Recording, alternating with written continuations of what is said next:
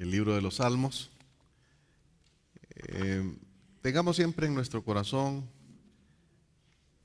que es aquí en la tierra donde aprendemos, que es aquí en la tierra donde Dios está entrenándonos para la eternidad. Amén. El Salmo 103 estábamos iniciándolo el día de ayer y hablamos un poco acerca de la bendición, porque el salmista inicia diciendo: bendice alma mía a Jehová y bendiga todo mi ser su santo nombre. Bendice alma mía a Jehová y no olvides ninguno de sus beneficios. Él es quien perdona todas tus iniquidades, el que sana todas tus dolencias, el que rescata del hoyo tu vida, el que te corona de favores y misericordias, el que sacia de bien tu boca, de modo que te rejuvenezcas como el águila. David está haciendo una reflexión y está hablando consigo mismo y prácticamente le ordena a su alma que bendiga a Jehová. Hermanos, esta es algo que debemos de imitar como lo hacía el salmista. Muchas veces estás cansado, estás cansada, no tienes deseos, pero tienes que ordenarle a tu alma. Como lo decía el salmista, es una orden: bendice alma mía. No quieres hacerlo, pero tienes que hacerlo, te ordeno que lo hagas. El alma es el asiento de los pensamientos, de las emociones, de los sentimientos, de los deseos. Incluimos en esto también los actos voluntarios y los involuntarios. Siendo tan especial el alma muchas veces ordena nuestros pasos, pero el salmista está decidido a no seguir el camino de su alma, sino por el contrario, tener un señorío y un control sobre su alma. Amén. David sabía muy bien, pues, que muchas veces es el alma quien se interpone o afecta de alguna manera nuestra relación con Dios. Por esa razón, para tener una intimidad con Dios, nuestra alma debe de estar sujeta al Espíritu. Si queremos tener una intimidad con Dios, nuestra alma tiene que estar sujeta al Espíritu. Luego, el salmista dice: bendiga todo mi ser su santo nombre. Bendiga todo mi ser. Y cuando el salmista está diciendo bendiga todo mi ser, está hablando del espíritu, del alma y del cuerpo. Bendiga todo mi ser. Y a continuación, David se provee a sí mismo del material abundante para bendecir a Dios. Cuando comenzamos a bendecir al Señor, nos liberamos de pensamientos y de actitudes negativas. La alabanza limpia nuestro espíritu de quejas y murmuraciones. Y empieza David a listar algunos beneficios de Dios a nuestra vida. Y si alguno de nosotros, dije yo al principio, si tú estás cansado, yo sé que este día tal vez es el más cansado de toda la semana de estudios en el IBJ. Y es cuando ya estamos terminando. Y tal vez es el más cansado porque ya tiene varios días de estarlo haciendo. Y entonces el salmista empieza a enumerar los beneficios de Dios a nuestra vida. Y él dice en primer lugar: Él es el que perdona tus iniquidades. Él es el que perdona tus iniquidades. Él está diciendo: bendice alma mía a Jehová. Y le empieza a decir el por qué tienes que bendecirlo. Él es el que perdona todas tus iniquidades. Notemos que el verbo está en presente. Y esto indica que ha perdonado, que perdona y seguirá perdonando. Él es quien perdona todas tus iniquidades. Él seguirá perdonando. Miqueas capítulo 7, versículos 18 al 19, ya lo hemos mencionado, pero tenemos que repetirlo en esta ocasión.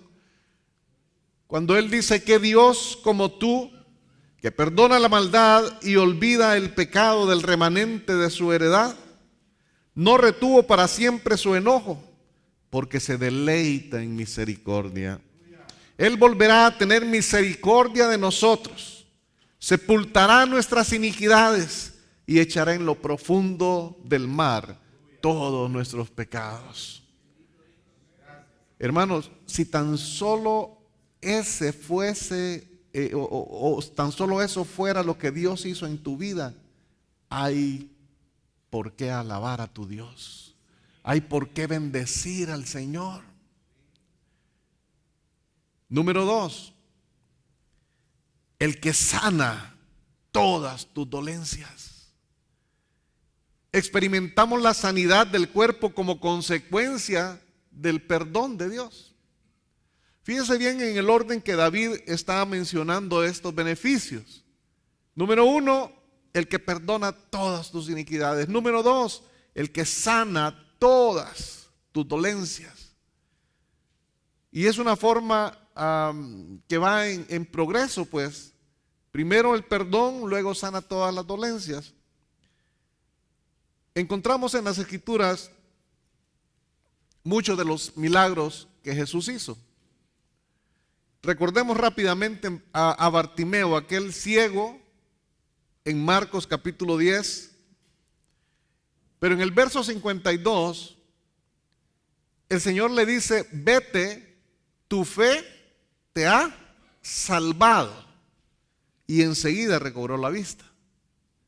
Él es el que perdona todas tus iniquidades, el que sana todas tus dolencias. Mire lo que le dijo a Bartimeo: tu fe te ha salvado. E inmediatamente recobró la vista. En el mismo Evangelio de Marcos, en el capítulo 2, encontramos a un paralítico que era llevado por 4 hombres, y al no poder entrar por la puerta, abrieron un agujero en el techo y desde ahí hicieron bajar al paralítico ante la presencia de Jesús. Entonces en el verso 5 dice: al ver Jesús la fe de ellos, dijo al paralítico: hijo, tus pecados te son perdonados.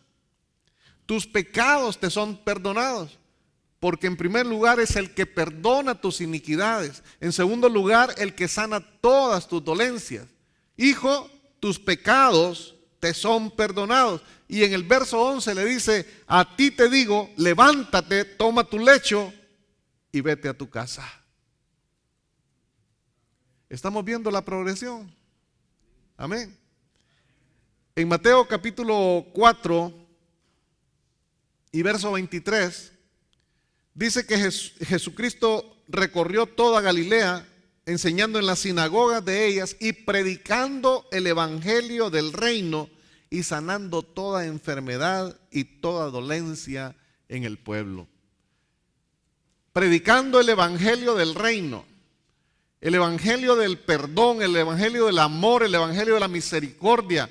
Cuando las personas escuchaban el evangelio del reino, inmediatamente recibían sanidades en sus cuerpos.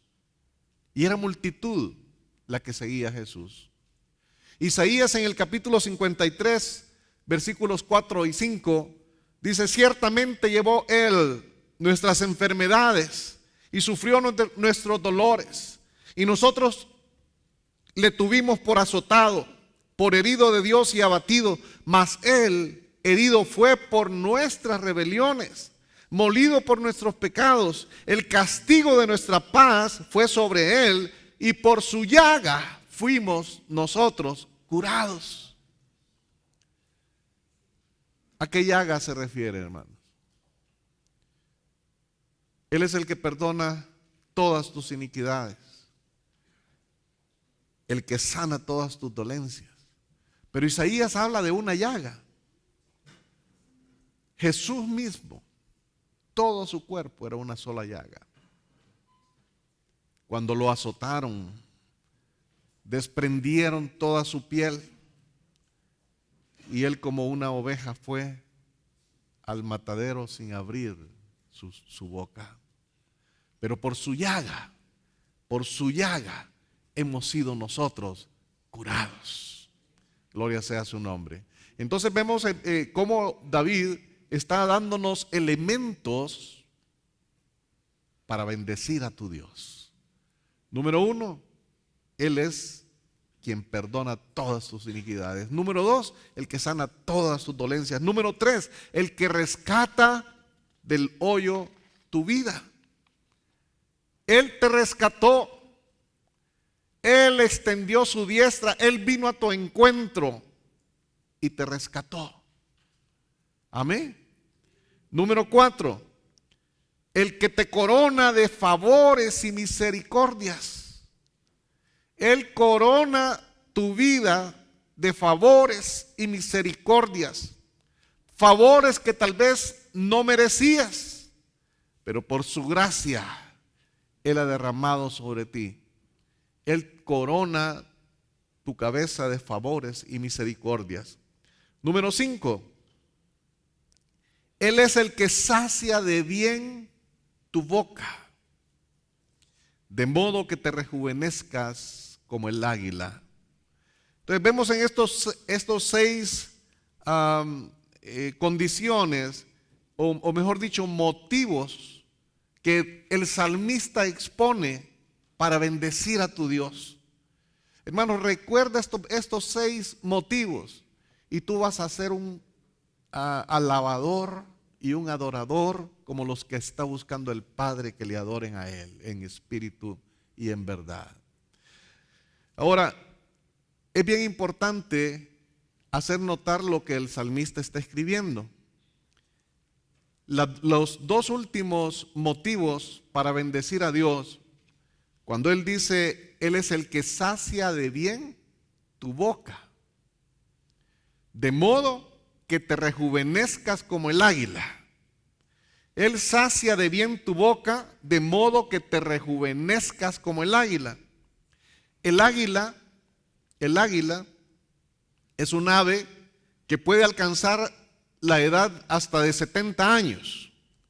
Pero para llegar a la edad de 70 años, a los 40 años, deberá tomar una seria y difícil situación, ya que en esta etapa, al llegar a los 40 años, sus uñas están apretadas y flexibles. Ya no puede tomar con facilidad a las presas para alimentarse.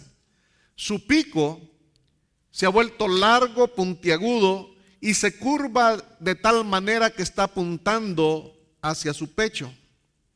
Sus alas están envejecidas y pesadas. Sus plumas se vuelven gruesas.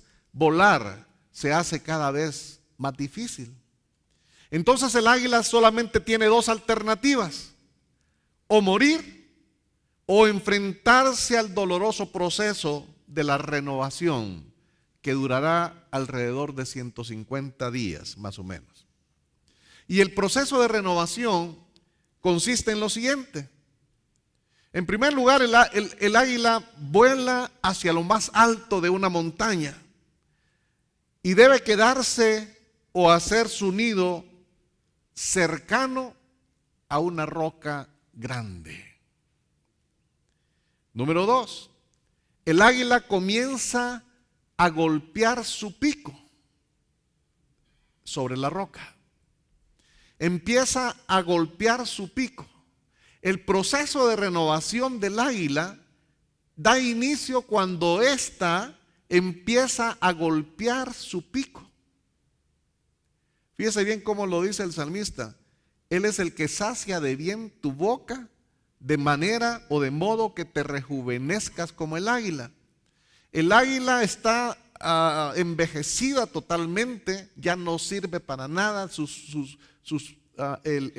alas, su pico, las uñas, no tiene nada ya. Pero el proceso de renovación empieza con su pico. El proceso de renovación en nuestras vidas también empieza con nuestra boca. Cuando nosotros empezamos a bendecir a Dios y empezamos a bendecir a los que nos persiguen, ¿no es cierto que eso es lo que Jesús enseñó? Bendecir a los que os maldicen, bendecir a los que os persiguen. El proceso de renovación del águila empieza golpeando su pico sobre la roca hasta arrancarlo. Hasta arrancarlo. Hermanos, cuando tengas deseos de hablar de algún hermano, recuerda el águila y golpea tu pico sobre la roca. Pablo nos dice en la primera carta a los Corintios, en el capítulo 10, nos dice que la roca le seguía y la roca es Cristo. Cuando tú vienes a la presencia del Señor y en lugar de murmurar, vienes y golpeas tu pico sobre la roca, va a haber, empieza una renovación en tu vida. El águila golpea su pico hasta que el pico se cae. Es doloroso, ¿no es cierto? ¿Alguien ha recibido algún golpe en su boca por algún motivo? Ya sea que se haya caído o que alguien le dio un golpe. Es doloroso. Pero el águila lo está haciendo de una forma voluntaria, porque empieza una renovación. Entonces, fíjese, cuando el pico se arranca, cae, tiene que esperar el crecimiento de uno nuevo, porque Él es el que sacia de bien tu boca. Todo lo que estaba mal, tiene que dejarlo ahí, tirarlo. Jesucristo dijo: venid a mí los que están cansados y cargados, que yo os haré descansar. Entonces la roca que es Cristo, cuando dejamos todo ahí, cuando todas tus quejas y tus dolores, tus penas las pones allí, pero esperas el crecimiento de un nuevo pico. Estamos hablando del águila. Dice Santiago capítulo 3, versículos del 5 al 10. Así también la lengua es un miembro pequeño, pero se jacta de grandes cosas. He aquí cuán grande bosque enciende un pequeño fuego. Y la lengua es un fuego, un mundo de maldad. La lengua está puesta entre nuestros miembros y contamina todo el cuerpo e inflama la rueda de la creación, y ella misma es inflamada por el infierno. Porque toda naturaleza de bestias y de aves y de serpientes y de seres del mar se doma y ha sido domada por la naturaleza humana. Pero ningún hombre puede domar la lengua, que es un mal que no puede ser refrenado, lleno de veneno mortal. Con ella bendecimos a Dios y Padre, y con ella maldecimos a los hombres que están hechos a la semejanza de Dios. De una misma boca procede bendición y maldición. Hermanos míos, esto no debe de ser así. Versículos 11 y 12 sigue diciendo Santiago: ¿acaso alguna fuente hecha por una misma abertura agua dulce y amarga? Hermanos míos, ¿puede acaso la higuera producir aceitunas o la vid higos? Así también ninguna fuente puede dar agua salada y dulce. ¿Recuerdan en la caminata del pueblo de Israel? Cuánta rebelión, cuánta murmuración. Pero ¿cómo se manifestaba todo? Por lo que hablaban. ¿No es cierto? Por lo que hablaban. ¿Cuál es tu hablar? Yo te digo que debemos de recordar este proceso de renovación del águila antes de expresar algo en contra de un hermano.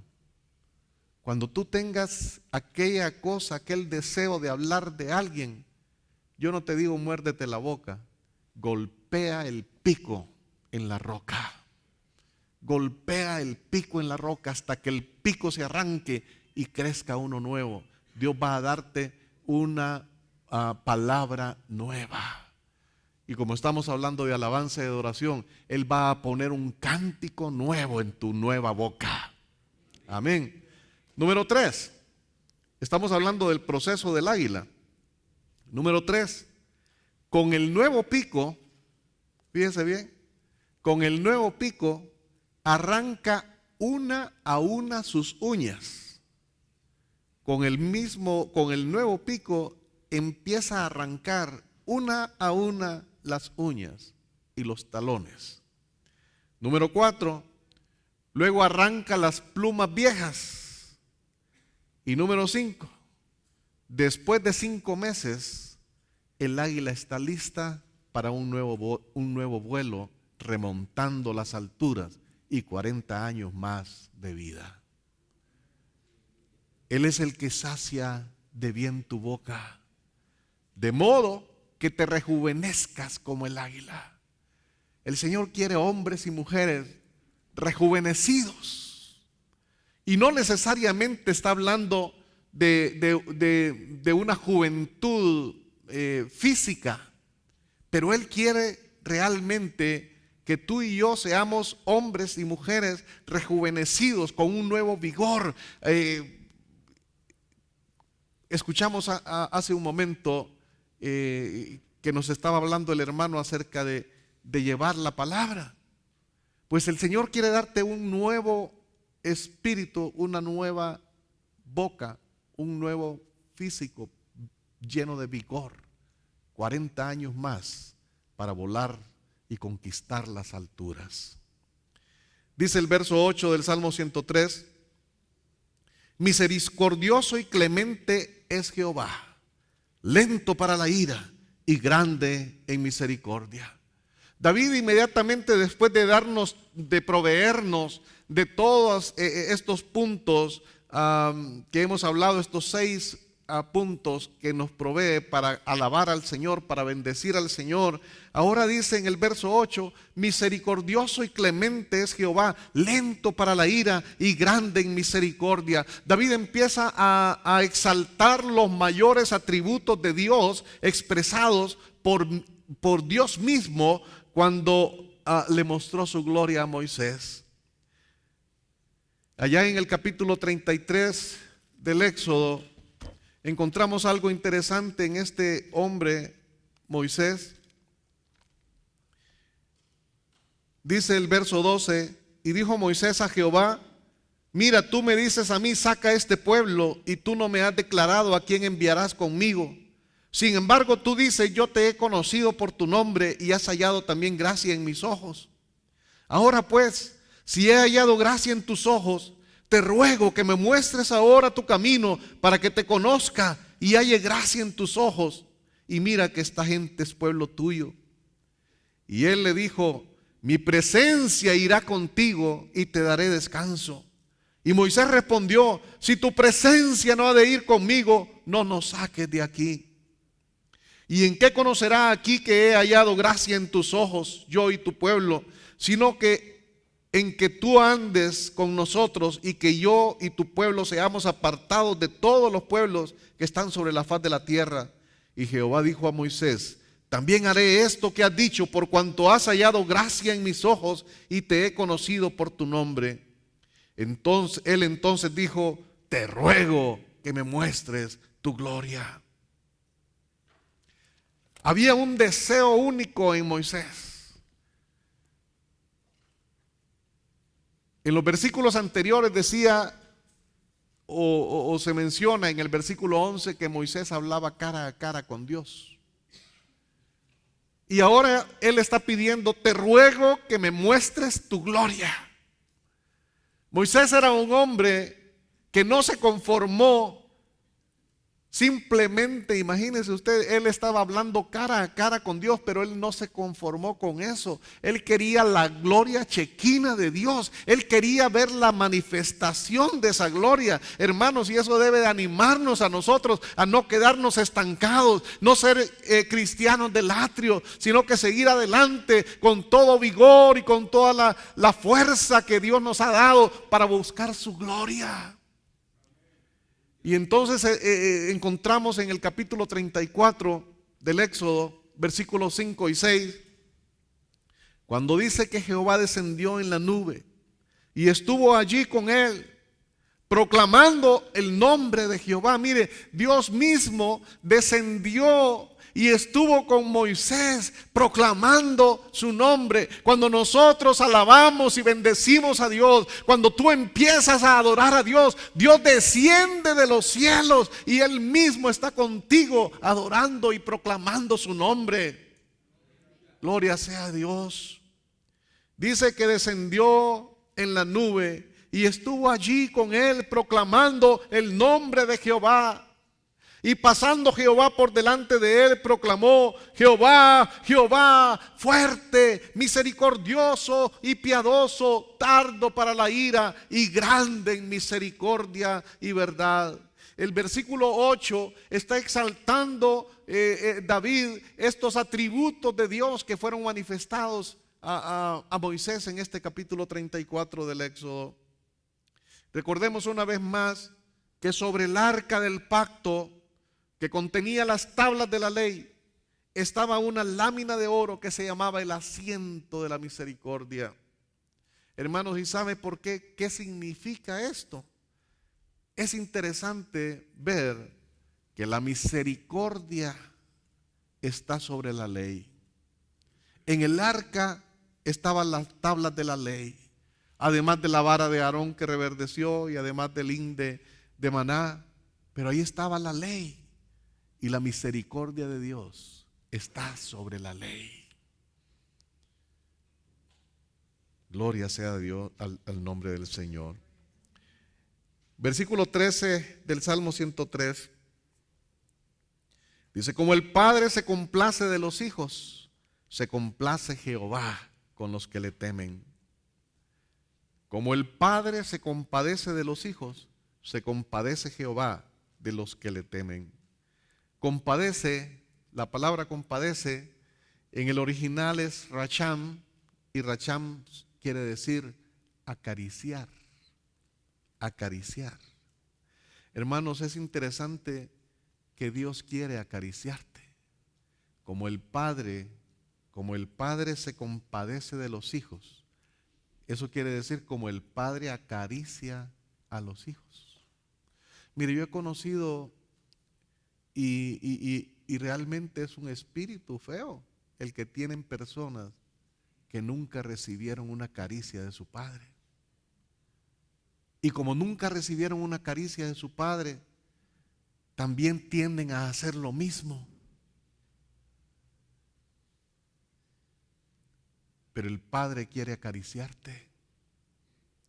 El Padre quiere acariciarte. El Padre quiere rodearte con sus brazos. Y cuando tú le cantas, cuando tú adoras al Señor, Él desciende en la nube, en su nube, su presencia, y te rodea con sus brazos de amor. La palabra compadecerse entonces quiere decir acariciar. En Marcos capítulo 10, verso 14, dice: viéndolo Jesús, se indignó y les dijo: dejad a los niños venir a mí, y no se lo impidáis, porque de los tales es el reino de Dios. Lucas 18, verso 15, traían a él los niños para que los tocase. Para que los tocase. Jesucristo dijo en Juan 10, yo soy la puerta, pero también dijo, yo soy el buen pastor. Y cuando estudiamos lo que los pastores hacían, los pastores en lo natural acariciaban y jugaban con las ovejitas. Acariciaban. Como el Padre se compadece de los hijos, se compadece Jehová de los que le temen. Como el Padre acaricia a los hijos, acaricia Jehová a los que le temen. Mateo capítulo 7, versículo 11, dice: pues si vosotros siendo malos sabéis dar buenas dádivas a vuestros hijos, cuánto más vuestro Padre que está en los cielos dará buenas cosas a los que le pidan. Decía que hay padres que nunca acarician a sus hijos. Y yo quiero decirte esta noche, si tú eres un padre que nunca has acariciado a tus hijos, si eres un esposo que nunca o que ya no acaricias a tu esposa, que lo hacías cuando eras novio pero se te fue todo eso, es tiempo de empezar de nuevo, porque vas a bendecir la vida de tus hijos y vas a bendecir la vida de tu esposa. Pero también he conocido mujeres que no aceptan las caricias de su esposo, mujeres que nunca acarician también a su esposo. Pero el Señor nos está hablando, hermano, está hablando a tu vida para que estas cosas se rompan. Esto es algo que debe de romperse. Los padres tenemos que acariciar a nuestros hijos. Mi hija tiene 40 años. Mi hijo tiene 36 años. Y en cualquier oportunidad que nos vemos, no es solo el buenos días, nos vemos en cualquier momento del día, yo los abrazo y los beso. Y muchas veces el hombre, cuando va creciendo, como que le da pena que su padre los bese, ¿no es cierto? Pero si tú acostumbras a tus hijos a la palabra compadecer, que es acariciar, yo estoy seguro que tus hijos van a acariciar a sus hijos y el mundo va a ser diferente. Porque ¿qué es lo que necesitamos realmente? No es amor. Mire, cuando Jesús descendió del aposento, Él iba hacia el Getsemaní, pero inmediatamente después de que Judas había salido, el traidor había salido, el Señor Jesús empezó a cambiar su lenguaje y les dice a los discípulos: un mandamiento nuevo os doy, que os améis los unos a los otros. En esto conocerán que sois mis discípulos, en que os amáis los unos a los otros. Hermanos, el cristianismo no consiste en pertenecer a una denominación. El cristianismo no consiste en pertenecer a una iglesia. El mundo conocerá que somos discípulos del Señor, no porque andamos una Biblia debajo del brazo, no porque andamos un sticker en el vehículo que diga yo soy de Cristo. El mundo conocerá que somos cristianos, discípulos del Señor, en que manifestamos el amor. Amén. Salmo 103, versículos 20 al 22.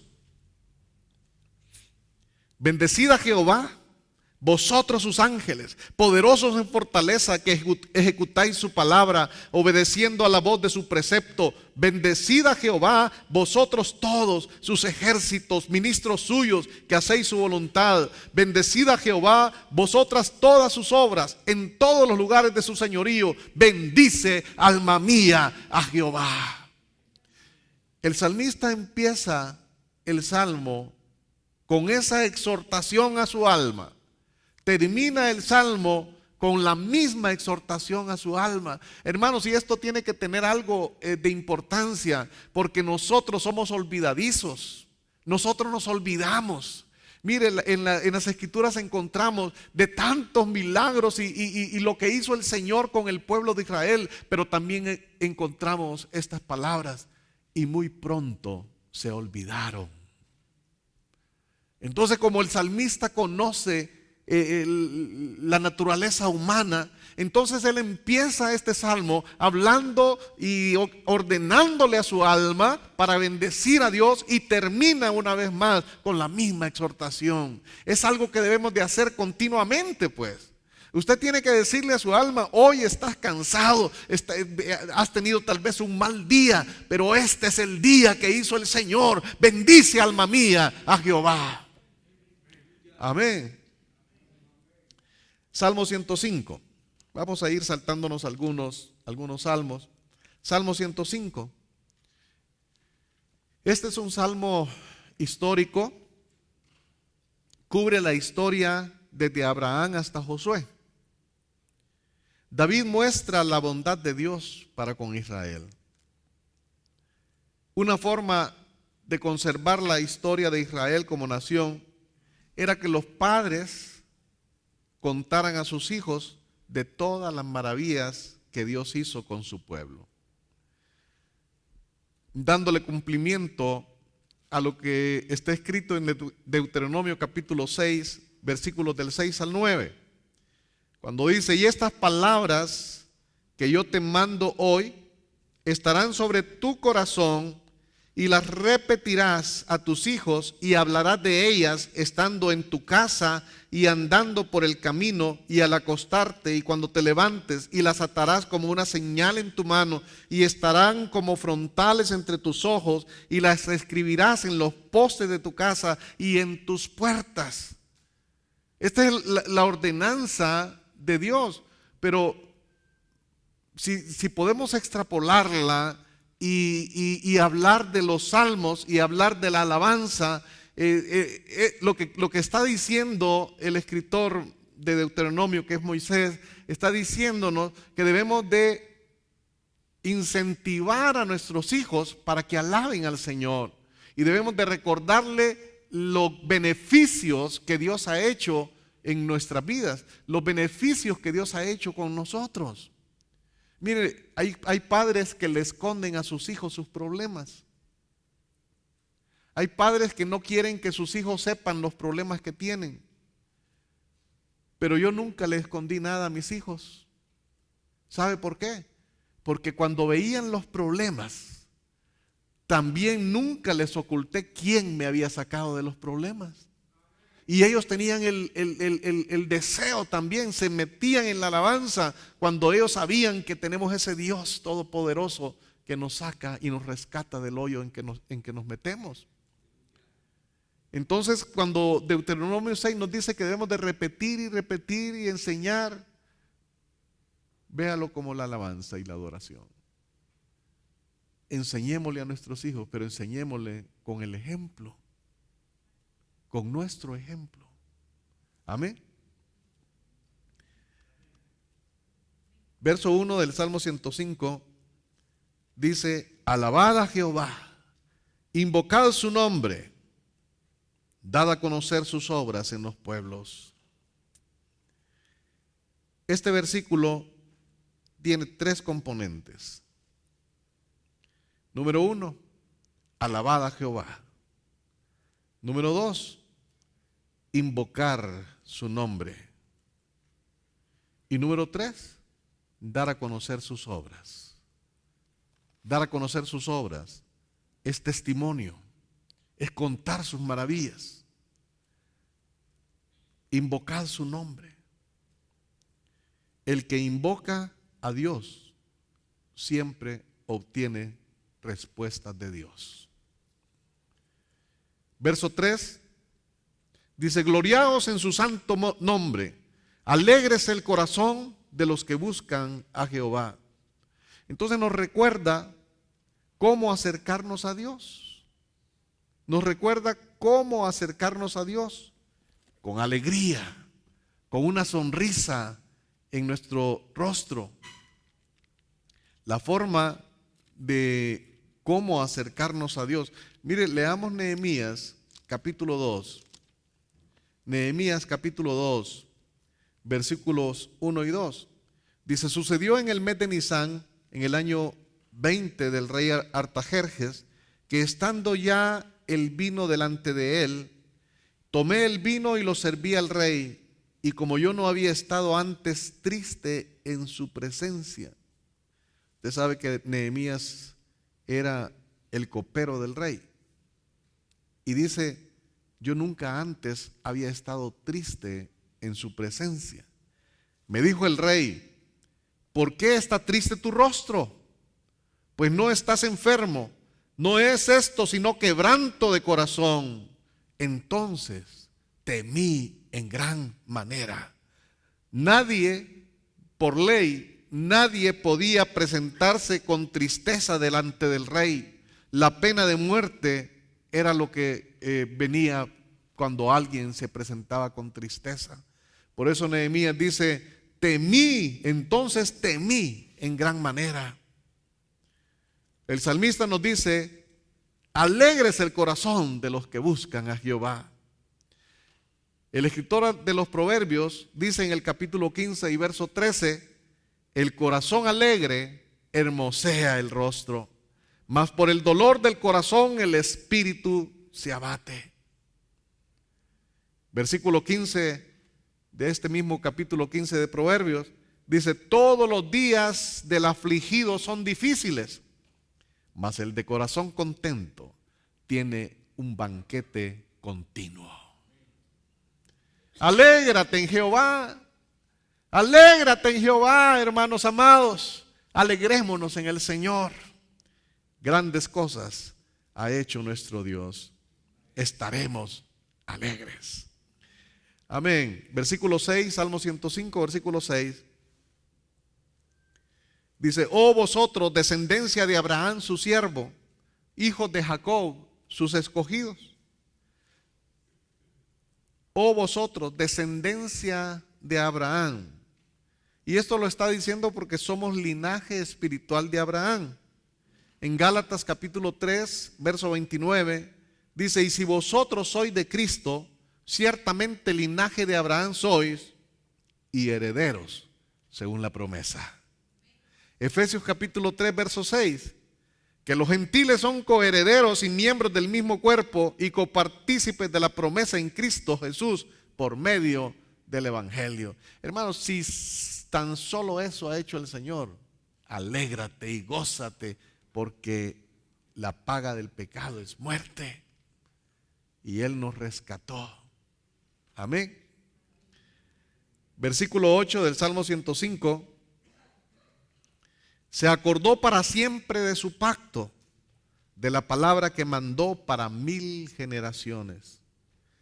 Dios recuerda y cumple sus promesas. Qué bueno es tener en mente esto, hermano. Lo que el Señor ha decretado para cada uno de nosotros, Él lo hará en su tiempo. Filipenses capítulo 1, verso 6, nos dice Pablo, estando persuadido de esto, que el que comenzó en vosotros la buena obra, la perfeccionará hasta el día de Jesucristo. Gálatas capítulo 4, verso 28. Gálatas 4, 28.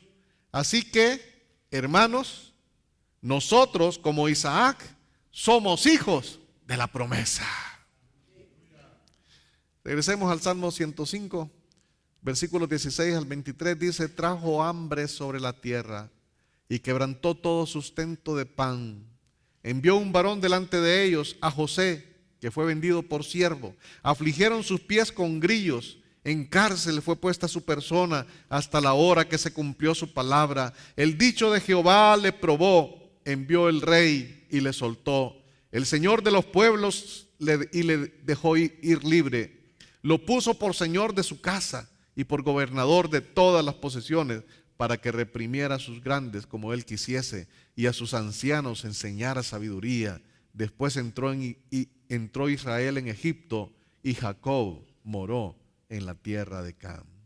Al narrar la forma como José llegó a Egipto y posteriormente a Israel, el salmista está hablándonos de la soberanía de Dios. Fue Él quien dispuso que hubiese hambre en la tierra. Fue Él quien permitió que sus hermanos le vendieran. Fue Él quien permitió que aquella mujer le sedujera para que fuese a la cárcel. Fue Él quien permitió que en la cárcel estuviese aquel copero y aquel panadero. Fue Dios quien le dio a José aquellos sueños para que saliera de la cárcel. Fue Dios quien puso a José como gobernador en Egipto. Al narrar entonces la forma como José llegó a Egipto, nos recuerda, hermanos, nos recuerda la forma de llegar al trono. La forma de llegar al trono. Hemos escuchado y sabemos el deseo del Señor. En Apocalipsis, cuando está hablándole a las 7 iglesias, el que venciere, le daré que se siente en mi trono como yo me he sentado, en el trono de mi Padre como yo me he sentado. Queremos llegar al trono, queremos gobernar. Está el salmista recordándonos la forma como José llegó al trono, traicionado por sus hermanos, esclavo en la casa de Potifar, acusado falsamente, encarcelado, pero un día después de pasar la prueba fue colocado en la posición de gobernador de Egipto. Salmo 105, versos 24 al 38, narra el éxodo bajo la guía de Moisés y de Aarón. Y dice en los versos 37 y 38, los sacó con plata y oro, y no hubo en sus tribus enfermo. Egipto se alegró de que salieran, porque su terror había caído sobre ellos. El salmista concluye el relato del éxodo con el despojo de las riquezas de los egipcios, lo cual ya había sido profetizado. En Génesis capítulo 15, versículos 13 al 14, entonces Jehová dijo a Abraham: ten por cierto que tu descendencia morará en tierra ajena y será esclava allí y será oprimida 400 años, mas también a la nación a la cual servirán juzgaré yo, y después de esto saldrán con gran riqueza. Ahora el Señor le da al pueblo de Israel que despojara a los egipcios. Mire qué interesante es ver esta historia cuando empiezan a oprimirlos más y más, pero llegado el momento de Dios, les dieron sin pedir. Sacaban el oro, la plata, las sedas, los vestidos, y les dijeron: váyanse, no queremos que ustedes estén aquí. El Dios de ustedes es un Dios poderoso, ha enviado juicio sobre nosotros. Y salieron con gran riqueza. Pero en el camino, en el éxodo, ¿sabe por qué Dios le dio la riqueza al pueblo? Porque después le pidió lo que le había dado. Y esto es un principio que encontramos en las Escrituras con alguna frecuencia. Capítulo 22 del Génesis, encontramos que el hijo de la promesa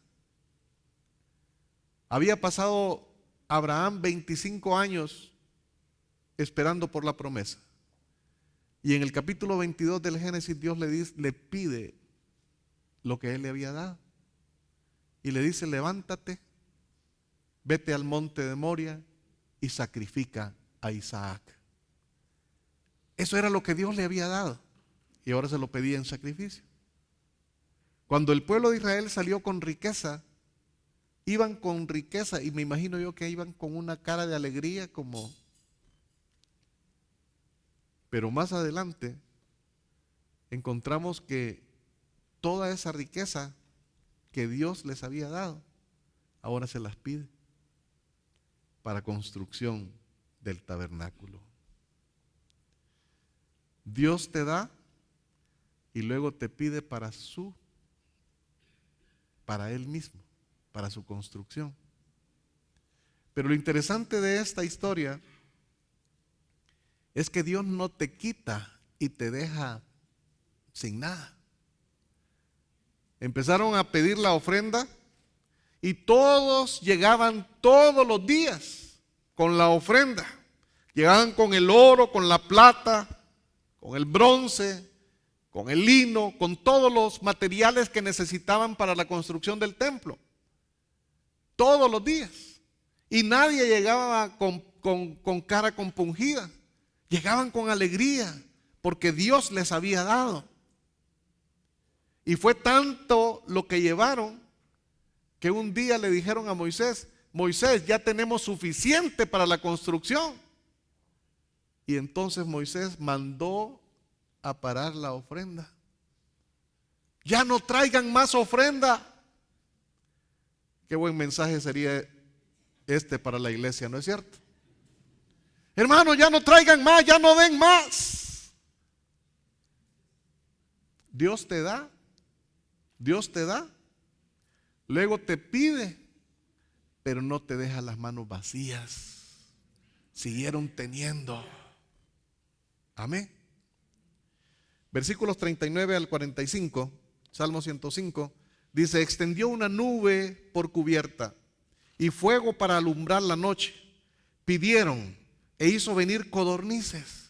Los sació de pan del cielo, abrió la peña y fluyeron aguas. Corrieron por los sequedales como un río, porque se acordó de su santa palabra dada a Abraham, su siervo. Sacó a su pueblo con gozo, con júbilo a sus escogidos. Les dio las tierras de las naciones y las labores de los pueblos heredaron, para que guardasen sus estatutos y cumpliesen sus leyes. Aleluya. Mire cómo es nuestro Dios. Y el salmista está dándonos un recorrido por toda la historia del pueblo de Israel en el desierto. Salmo 106. Este Salmo 106 es otro de los salmos llamados históricos. Y en este salmo David confiesa el pecado de la nación, la rebelión. Este salmo puede dividirse en 10 secciones. Número 1, alabanza y oración de David para que pueda ver el bien que Dios ha propuesto para su pueblo.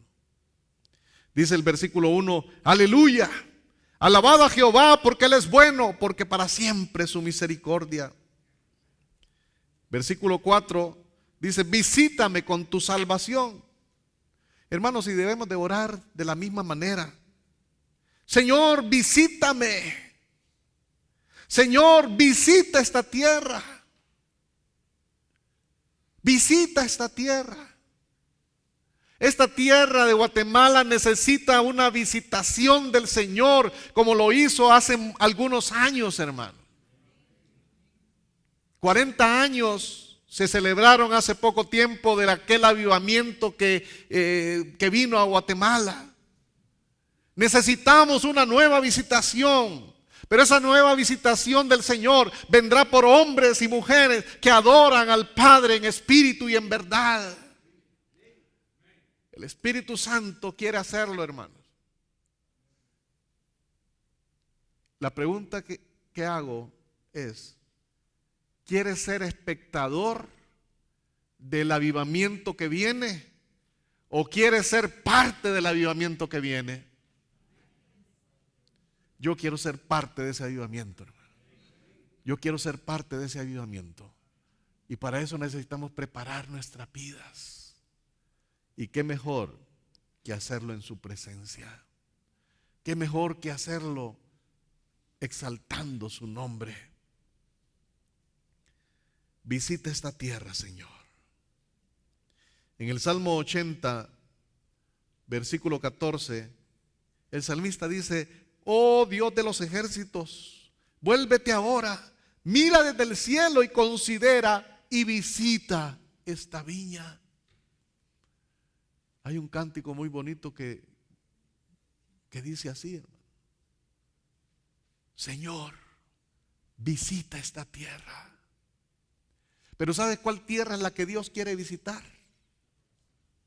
Él quiere visitar tu corazón. El tabernáculo era un tipo de lo que Dios quería hacer. Por eso es que Pablo después dice, ¿o no sabéis que sois templo del Espíritu Santo? El tabernáculo somos nosotros. Visita esta tierra, Señor. Visita esta viña. Número 2, David confiesa el pecado de Israel en Egipto y en el Mar Rojo. Dice el verso 6, pecamos nosotros como nuestros padres, hicimos iniquidad, hicimos impiedad. Versículo 7 dice, nuestros padres en Egipto no entendieron tus maravillas, no se acordaron de la muchedumbre de tus misericordias, sino que se rebelaron junto al mar, el Mar Rojo.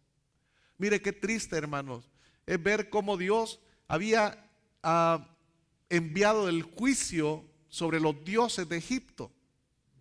Y el pueblo de Israel estaba en Gosén y a ellos no les tocó ninguna de las plagas. Y ellos lo sabían. Mas sin embargo, como Dios hace las cosas no a nuestra manera, sino que Él tiene una manera especial de hacerlas.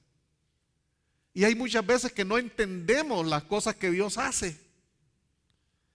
No entendemos. Y hay veces que Dios hace o nos dice que hagamos algo y nosotros nos resistimos porque creemos que tal vez Dios se equivocó. No sé si les ha pasado a ustedes. Pero el pueblo de Israel sale de Egipto y Dios le dice a Moisés, di que den la vuelta en Pi-Hahirot. Y ahí cuando dan la vuelta en Pi-Hahirot, les queda el mar a sus espaldas y empiezan a ver los carros de Faraón que venían sobre ellos. Habían visto el poder y la gloria de Dios en Egipto. Pero cuando Dios les da una instrucción, ellos empiezan a protestar y a murmurar. Cuando nosotros no entendemos lo que Dios está haciendo en nuestra vida, muchas veces lo único que hacemos es murmurar. Dice el Salmo en el versículo 7, nuestros padres en Egipto no entendieron tus maravillas, no se acordaron de la muchedumbre de tus misericordias, sino que se rebelaron junto al mar, el Mar Rojo. Allí cuando ellos se vieron perdidos, se vieron que el mar estaba a sus espaldas y el ejército de Faraón venía sobre ellos, murmuraron. Pero dice que no entendieron sus maravillas. Cuando la presión es más grande, cuando los problemas son más grandes, la gracia de Dios es mayor y desciende sobre nuestras vidas. Ahí estaban, miren, estaba el ejército, estaba el mar. Y Dios le dice a Moisés, extiende tu vara. Y el mar se abrió. ¿Por qué razón Dios quería hacer esto? Estaba queriendo sacar algo del corazón de estos hombres que habían salido después de una cautividad. Extiende tu mano. ¿Qué tienes en tu mano? La vara, extiéndela. ¿Qué tienes en tu mano? La vara. Extiende la vara ante tus problemas, ante las situaciones difíciles y alaba y exalta a tu Dios. Y vas a ver cómo el mar se abre. Entonces David está exponiendo el pecado de Israel, la rebelión. No entendieron los propósitos de Dios para ellos.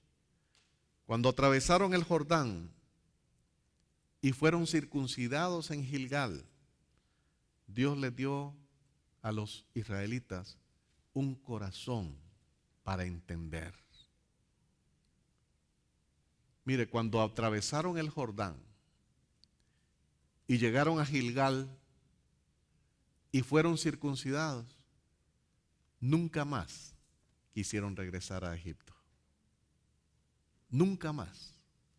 Pero ¿qué había hecho Dios? ¿Qué había pasado? ¿Cuánto tiempo pasó? 40 largos años en el desierto. Porque ahí Dios estaba queriendo sacar del corazón del pueblo amado lo que tenían en Egipto. Mire cómo era el pueblo y qué es lo que tenían en su corazón. Y yo quiero mencionar esto porque tú conoces lo que tienes en tu corazón. Y muchas veces estamos arrastrando de nuestro pasado algunas cosas y Dios quiere moverse y Dios quiere hacer algo grande en tu vida, pero el pasado no te deja. En el libro del Éxodo, Dios le empieza a dar a Moisés toda la visión del tabernáculo. Y lo empieza a hacer en el capítulo 25 del Éxodo. Desde el capítulo 25 hasta el capítulo 40, en el que al final en el capítulo 40 dice que la gloria chequina de Dios descendió en el tabernáculo. Pero cuando empieza a darle todos los detalles del tabernáculo, empieza en el capítulo 25 hablando del lugar santísimo. Empieza hablando del lugar santísimo, que era lo último del tabernáculo. El Señor empieza dándole la revelación a Moisés en primer lugar de esto. Pero fíjese, todos esos capítulos nos hablan del tabernáculo y de todo lo que el Señor estaba pidiendo para el tabernáculo.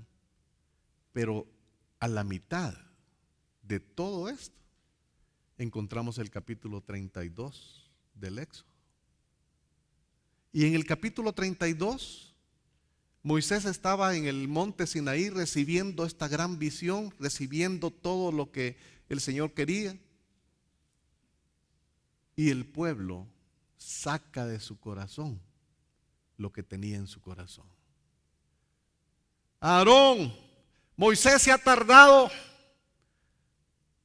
haznos un ídolo. Hicieron aquel becerro.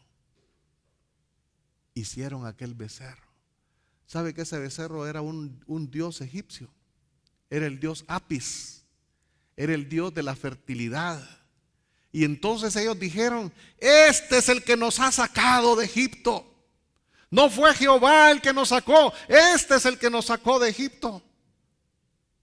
En medio de la gran revelación de Dios, sale del corazón lo que ellos tenían.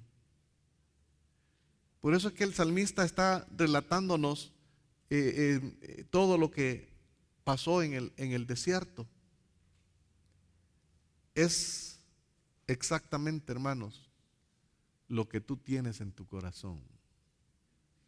Dios va a tratar tu vida para que salga lo que tenías en el corazón. Para que salga. Los ídolos habían estado pero tan en contacto ellos con los ídolos. En ese tiempo, la cuna de toda la idolatría era Egipto. Usted conoce que Babilonia se le llama la cuna de todas las idolatrías. Pero Egipto era en ese tiempo la cuna. Y Egipto es un tipo del mundo. Egipto es un tipo del mundo.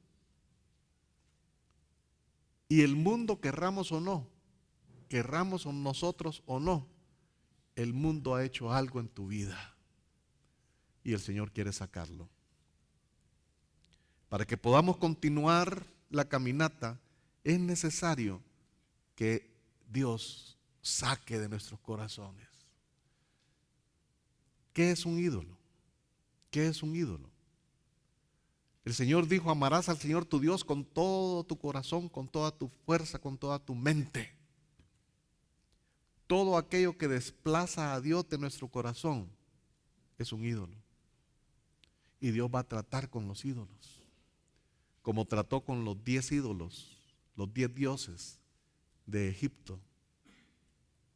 Él va a tratar con cada uno de esos ídolos de nuestras vidas. Número 3, el salmista está exponiendo los deseos desordenados en el desierto. Los deseos desordenados. El problema de Israel, y esto lo vemos en los versículos 13 al 15, pero el problema del pueblo de Israel sigue siendo el mismo problema del hombre hoy en día. Mire lo que dice el verso 14. Bien pronto olvidaron sus obras. Hermanos, nosotros tenemos una mente bien corta. Nos olvidamos rápidamente. Nos olvidamos. Y verso 14 dice, se entregaron a un deseo desordenado en el desierto. Número 4, la envidia. Estamos hablando de lo que el salmista está exponiendo en este salmo y hablando de todos los problemas del pueblo de Israel. Número 4, la envidia a Moisés y a Aarón, versos 16 al 18. ¿Qué es envidia? Es un sentimiento de molestia por el bien ajeno. Es una molestia porque otro tiene algo que deseamos para nosotros. Generalmente es tan fuerte este sentimiento que lleva al que lo tiene a destruir a como dé lugar a esa persona para obtener lo que desea. Los celos son un sentimiento profundo y empecinado por buscar el bien o la gloria de una persona. Se dice que los celos es querer ser el número uno. Ser el número uno. Y lo que había en el pueblo de Israel era envidia de Moisés y de Aarón. Envidia del líder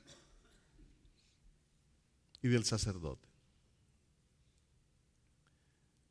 ¿Cuánta envidia, hermanos? ¿Cuánta envidia hay en la iglesia hoy en día? Si somos sinceros, tenemos que decir que hay envidia. Cuando vemos líderes que están resurgiendo, hay envidia. Y la envidia nos hace hablar en contra de ellos. El salmista está narrando en la historia del pueblo de Israel y exponiéndonos los pecados del pueblo.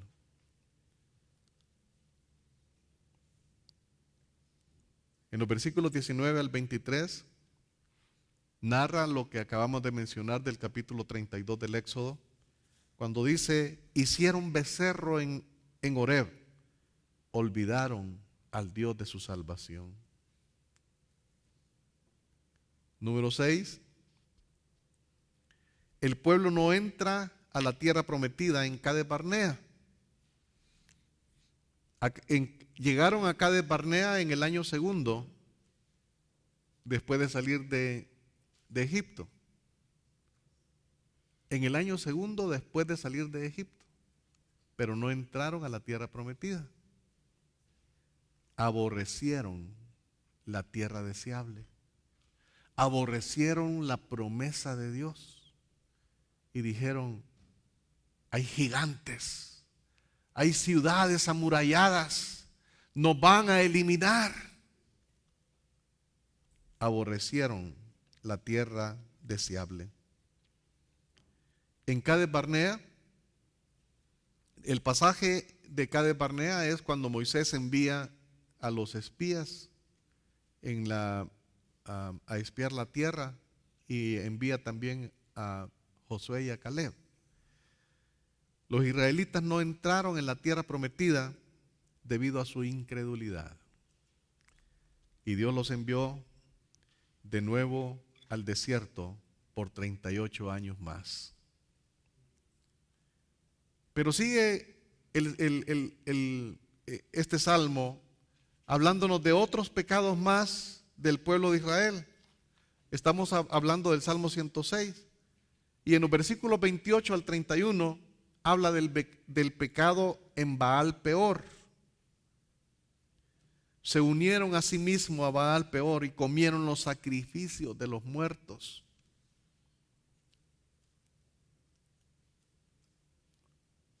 Dios trata y trató con este pueblo, y el pecado fundamental era lo que tenían en su corazón. Número 8, La murmuración junto a las aguas de Meriba, versículos 32 y 33. Dice, también se irritaron en las aguas de Meriba y le fue mal a Moisés por causa de ellos, porque hicieron rebelar a su espíritu. Número 9, la desobediencia al entrar en la tierra, versículos 34 al 44. No destruyeron a los pueblos que Jehová les dijo, antes se mezclaron con las naciones y aprendieron sus obras y sirvieron a sus ídolos, los cuales fueron causa de su ruina. Y número 10, después de hablar de todos los pecados que había que tuvo el pueblo de Israel durante el desierto y la conquista de la tierra prometida, dice el salmista, recordando la compasión de Dios para con ellos en el tiempo de los jueces, y cierra este salmo, el Salmo 106, lo cierra con una oración, en los versículos 45 al 48, y dice el salmista, y se acordaba de su pacto con ellos, y se arrepentía conforme a la muchedumbre de sus misericordias. Hizo asimismo que tuviesen de ellos misericordia todos los que tenían cautivos. Después de narrarnos la historia de Israel, el salmista termina en esta forma: bendito Jehová, Dios de Israel, desde la eternidad y hasta la eternidad. Y diga todo el pueblo, amén, aleluya. Hermanos, la historia del pueblo de Israel no es simplemente para verla como una historia. Habla de tu vida y de mi vida. Pero al final el salmista nos dice el verdadero deseo que debemos de tener es bendecir al Señor. Bendecir al Señor. Salmo 108. El Salmo 108 es un salmo de David. Este salmo se compone también de otros salmos, Salmo 57 y Salmo 60. O sea, vamos a encontrar algunas partes en este salmo que también las menciona en el Salmo 57 y en el Salmo 60. Debemos entender que las situaciones eran diferentes, aunque repetidas.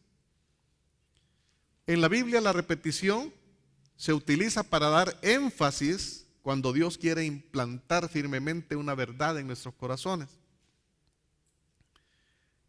Dice el verso 1, Salmo 108, mi corazón está dispuesto, oh Dios, cantaré y entonaré salmos, esta es mi gloria. Hermanos, necesitamos que nuestro corazón esté dispuesto. ¿Recuerdan lo que el salmista le dijo a su alma? Bendice alma mía a Jehová. Ahora él está diciendo, mi corazón está dispuesto. Cantaré y entonaré salmos. Esta es mi gloria. David inicia diciendo entonces en este salmo que su corazón está dispuesto. Qué importante, hermanos amados, es preparar nuestro corazón. Qué importante es preparar nuestra vida para el encuentro con tu Dios. Qué importante es preparar nuestros labios para alabar al Señor. Sabe que yo he escuchado a directores de alabanza decir, uy, qué duro estuvo hoy. Y tal vez el director de alabanza preparó su corazón para bendecir al Señor, pero ¿qué de la congregación? El pueblo de Israel tiene que estar preparado. Y entonces debemos de tomar los modelos que el Señor nos da en los salmos. Y entonces David nos está diciendo ahora, mi corazón está dispuesto. Mi corazón está dispuesto. Mi corazón no tiene vergüenza. Yo te voy a bendecir, te voy a alabar, Señor. Mi corazón está dispuesto. Cantaré y entonaré salmos.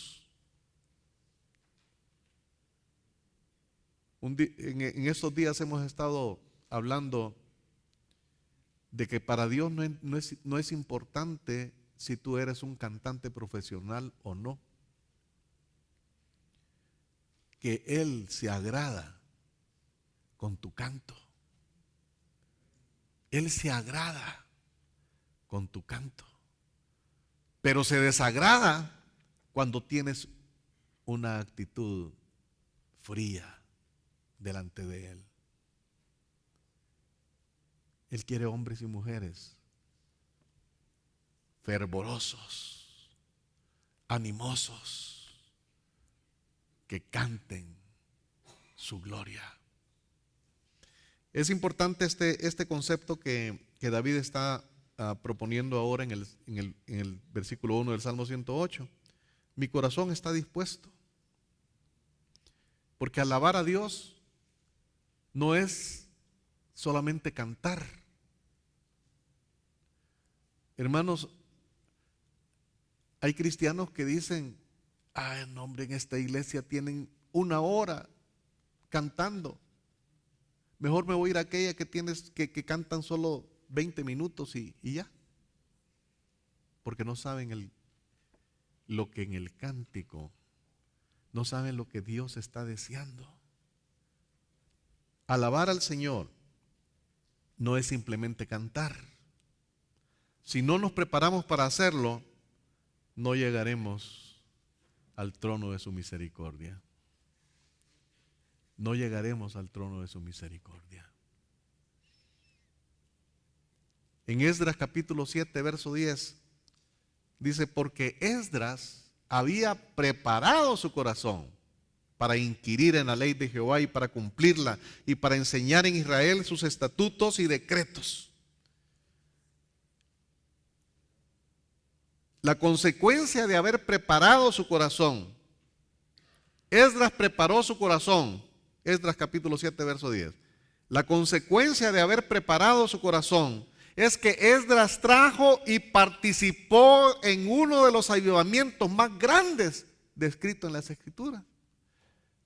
Y yo les preguntaba hace un momento si acaban de celebrarse los 40 años de ese avivamiento que hubo sobre Guatemala. Fíjense bien que dije que hubo. Pero si queremos ser parte del nuevo avivamiento que Dios quiere enviar, o queremos ser espectadores del avivamiento, envíame a mí, Señor. Envíame a mí. Pero este es el tiempo de preparación. Disponer nuestros corazones. Esdras preparó su corazón. Y dice Nehemías capítulo 8, del verso 2 en adelante, dice: y el sacerdote Esdras trajo la ley delante de la congregación, así de hombres como de mujeres y de todos los que podían entender, el primer día del mes séptimo, y leyó en el libro delante de la plaza que está delante de las puertas de las aguas, desde el alba hasta el mediodía. ¿Recuerdan que ayer hablamos del mediodía?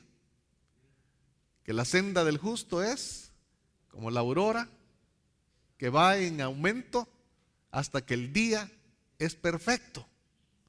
Y que Jesús al mediodía estaba en la cruz. Y su gloria se manifestó plenamente en la cruz. Ahora en el libro de Nehemías está diciendo que estaban desde el alba hasta el mediodía, en presencia de hombres y mujeres, de todos los que podían entender. Y los oídos de todo el pueblo estaban atentos al libro de la ley. Y el escriba Esdras estaba sobre un púlpito de madera que habían hecho para ello, y junto a él estaban Matatías, Sema, Anías, Urías, Hilcía, Maasías a su mano derecha, y a su mano izquierda Pedaías, Misael, Malquías, Hasum, Hasbadana, Zacarías y Mesulán. ¿Por qué he querido leerle todos estos nombres? Porque los nombres nos reflejan bastante del carácter, y aquí encontramos en estos pasajes que estamos leyendo, vamos a encontrar ese avivamiento tremendo que hubo en la era de la restauración. Matatías significa don de Jehová. Sema significa fama, rumor. Anías significa Jehová ha contestado. Urías significa Jehová es luz. Hilcías significa porción de Jehová. Maasías significa obra de Jehová. Al lado derecho de Esdras y al lado izquierdo estaba Pedaías, que significa Jehová redime. Misael, que significa ¿quién como Dios? Malquías, que significa Jehová es mi rey. Hasum, que significa nariz ancha. Asbadana, juez meditabundo. Zacarías, Jehová se acuerda. Mesulán, reconciliado. Si usted ve todos los significados de estos nombres, tienen que ver algo importante, no solamente en la alabanza, sino en el estado de la nación. Esto es un don de Dios. La fama y el rumor quedan atrás para exaltar al Señor. Y hay alabanza porque Dios ha contestado. Hay alabanza porque Dios es luz. Porque la porción de Jehová está para con nosotros. Hay alabanza de ver la obra de Dios. Hay alabanza porque Jehová redime. Hay alabanza porque no hay otro como mi Dios. Hay alabanza porque Jehová es mi rey. Hay alabanza porque Dios es juez justo. Hay alabanza porque Dios se acuerda. Hay alabanza porque Dios nos ha reconciliado. Sigue diciendo el versos 5 al 9, Nehemías 8. Abrió pues Esdras el libro a ojos de todo el pueblo, porque estaba más alto que todo el pueblo, y cuando lo abrió, todo el pueblo estuvo atento. Bendijo entonces Esdras a Jehová, Dios grande, y todo el pueblo respondió, amén, amén, alzando sus manos, y se humillaron y adoraron a Jehová, inclinados a tierra. El avivamiento del que estamos hablando inició con el entendimiento de quién es Dios. Y el entendimiento de quién es Dios llevó a este pueblo a alzar sus manos, a humillarse en la presencia del Señor y a adorar a su Dios.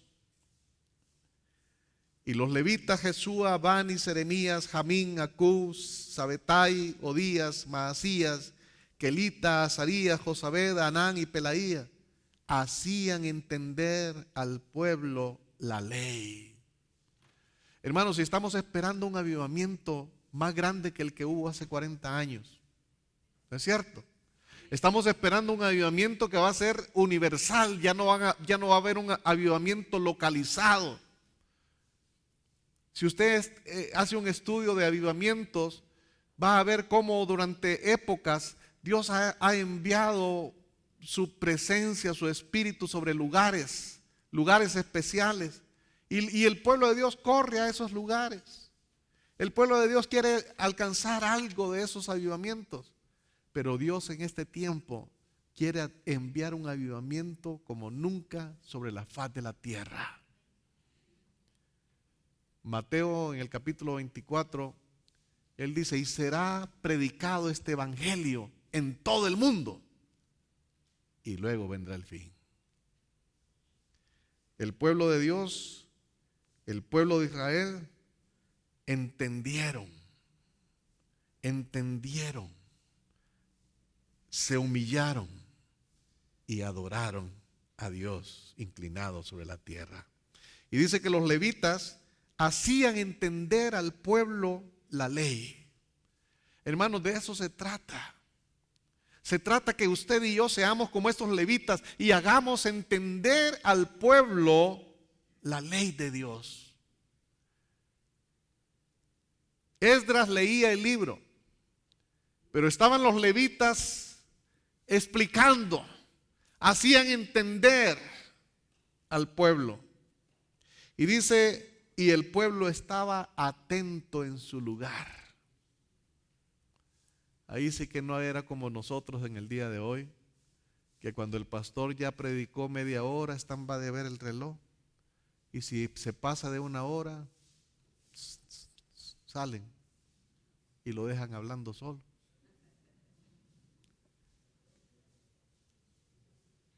Hacían entender al pueblo la ley y el pueblo estaba atento en su lugar. Y leían en el libro de la ley de Dios claramente y ponían el sentido de modo que entendiesen la lectura. Esto es algo importante, hermano. Leían en el libro de la ley de Dios claramente y ponían el sentido de modo que entendiesen la lectura. Y Nehemías el gobernador y el sacerdote Esdras escriba y los levitas que hacían entender al pueblo, dijeron a todo el pueblo: día santo es a Jehová nuestro Dios, no os entristezcáis ni lloréis, porque todo el pueblo lloraba oyendo las palabras de la ley. En Daniel capítulo 1, verso 8, estamos hablando de esto, hermanos, porque el salmista en el verso 1 del Salmo 108 dice: mi corazón está dispuesto. Daniel en el capítulo 1 verso 8 de Daniel dice: y Daniel propuso en su corazón no contaminarse con la porción de la comida del rey ni con el vino que él bebía. Pidió por tanto al jefe de los eunucos que no le obligase a contaminarse. Daniel propuso en su corazón no contaminarse y tuvo una de las revelaciones más importantes acerca del tiempo del fin. Mi corazón está dispuesto. Propongamos nuestro corazón para alabar al Señor. Entonces después dice el salmista, versos 2 al 5: despiértate, salterio y arpa, despertaré al alba, te alabaré, oh Jehová, entre los pueblos, despertaré al alba, al amanecer. Alabaré a Jehová entre los pueblos, a ti cantaré salmos entre las naciones, porque más grande que los cielos es tu misericordia y hasta los cielos tu verdad. Exaltado sea sobre los cielos, oh Dios, y sobre toda la tierra sea enaltecida tu gloria. Una vez más, el salmista nos recuerda la mayor revelación del carácter de Dios, su misericordia. Dice el verso 6: para que sean librados tus amados, salva con tu diestra y respóndeme. Salva con tu diestra y respóndeme. Veamos lo que dice Moisés en el libro del Éxodo capítulo 15, versículos 3 al 6. Y dice: Jehová es varón de guerra, Jehová es su nombre, echó en el mar los carros de Faraón y su ejército, y sus capitanes escogidos fueron hundidos en el mar rojo, los abismos los cubrieron, descendieron a las profundidades como piedra. Tu diestra, oh Jehová, ha sido magnificada en poder, tu diestra, oh Jehová, ha quebrantado al enemigo. El Salmo 108, en el verso 13, dice el salmista: en Dios haremos proezas y Él hollará a nuestros enemigos. Pero fíjese bien toda la secuencia que está llevando el salmista. Mi corazón está dispuesto. Mi corazón está dispuesto. Yo te voy a alabar, te voy a bendecir. Ahora él puede decir: en Dios haremos proezas y Él hollará a nuestros enemigos. El apóstol Pablo toma esta idea y nos dice en Romanos capítulo 8 y verso 31: ¿qué pues diremos a esto? Si Dios es por nosotros, ¿quién contra nosotros? Juan capítulo 14 verso 12 dice: de cierto os digo, el que en mí cree, las obras que yo hago, él las hará también, y aún mayores hará, porque yo voy al Padre. Juan 15 verso 5: yo soy la vid, vosotros los pámpanos. El que permanece en mí y yo en él, éste lleva mucho fruto, porque separados de mí nada podéis hacer. En Dios haremos proezas y Él hollará a nuestros enemigos. Alabado sea su nombre. Amén.